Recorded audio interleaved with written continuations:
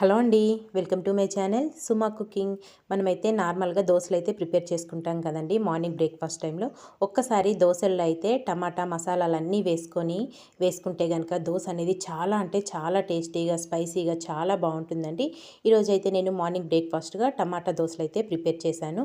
అవి ఎలా ప్రిపేర్ చేసుకోవాలో వీడియోలోకి అయితే వెళ్ళిపోదాము. ఫస్ట్ దోశల బ్యాటర్ని మీకు ఎన్ని దోశలు కావాలో అంత పిండిని ఒక బౌల్లోకి తీసుకోవాలి. తర్వాత ఒక మిక్సీ జార్ తీసుకొని దాంట్లో ఒక ఉల్లిపాయని 4 ముక్కలుగా కట్ చేసుకొని వేసుకోవాలి. దీంట్లోనే ఒక 4-5 పచ్చిమిర్చి, ఒక చిన్నవి 4 ముక్కలు అల్లం, అలాగే ఒక 4-5 వెల్లుల్లి రెబ్బలు, ఒక హాఫ్ టీ స్పూన్ వరకు జీలకర్ర, ఇందులోనే కొంచెం పండిన టమాటాలు ఒక 4 వరకు వేసుకోవాలండి.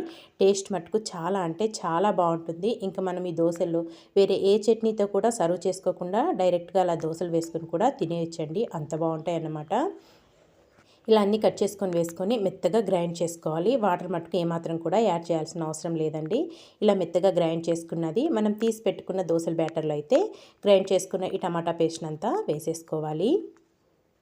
తింటుంటే మనకు చాలా అంటే చాలా బాగుంటాయండి ఈ టమాటా దోశలు అనేటివి.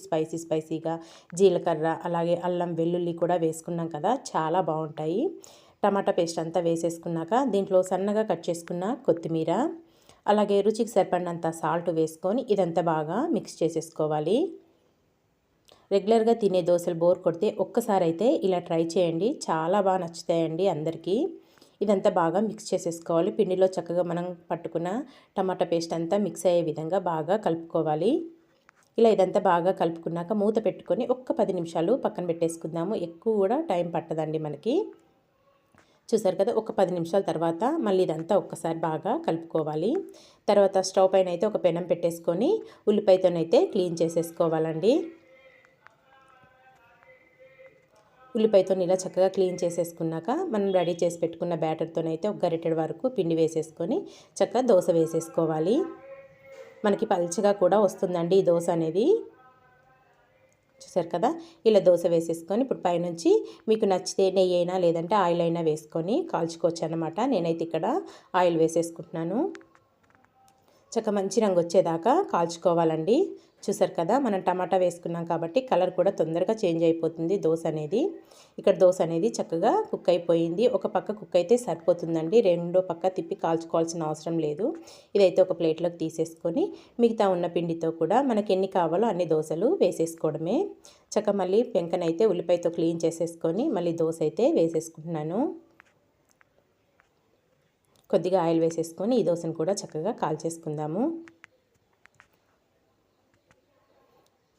చూసారు కదా, చక్క ఇక్కడ దోశ కూడా కాలింది. ఇది కూడా ఒక ప్లేట్లోకి అయితే తీసేసుకుంటున్నానండి. చక్క వేసుకున్న దోశలన్నీ ఒక సర్వింగ్ ప్లేట్లోకి అయితే తీసేసుకున్నాను. మీరు కావాలి అనుకుంటే ఇలా కూడా తినేయచ్చు, లేదంటే మీకు నచ్చిన చట్నీతో కూడా సర్వ్ చేసుకోవచ్చండి. నేనైతే ఇక్కడ పల్లీల చట్నీతోనైతే సర్వ్ చేసుకుంటున్నాను. దోశలు మటుకు చాలా అంటే చాలా బాగుంటాయండి.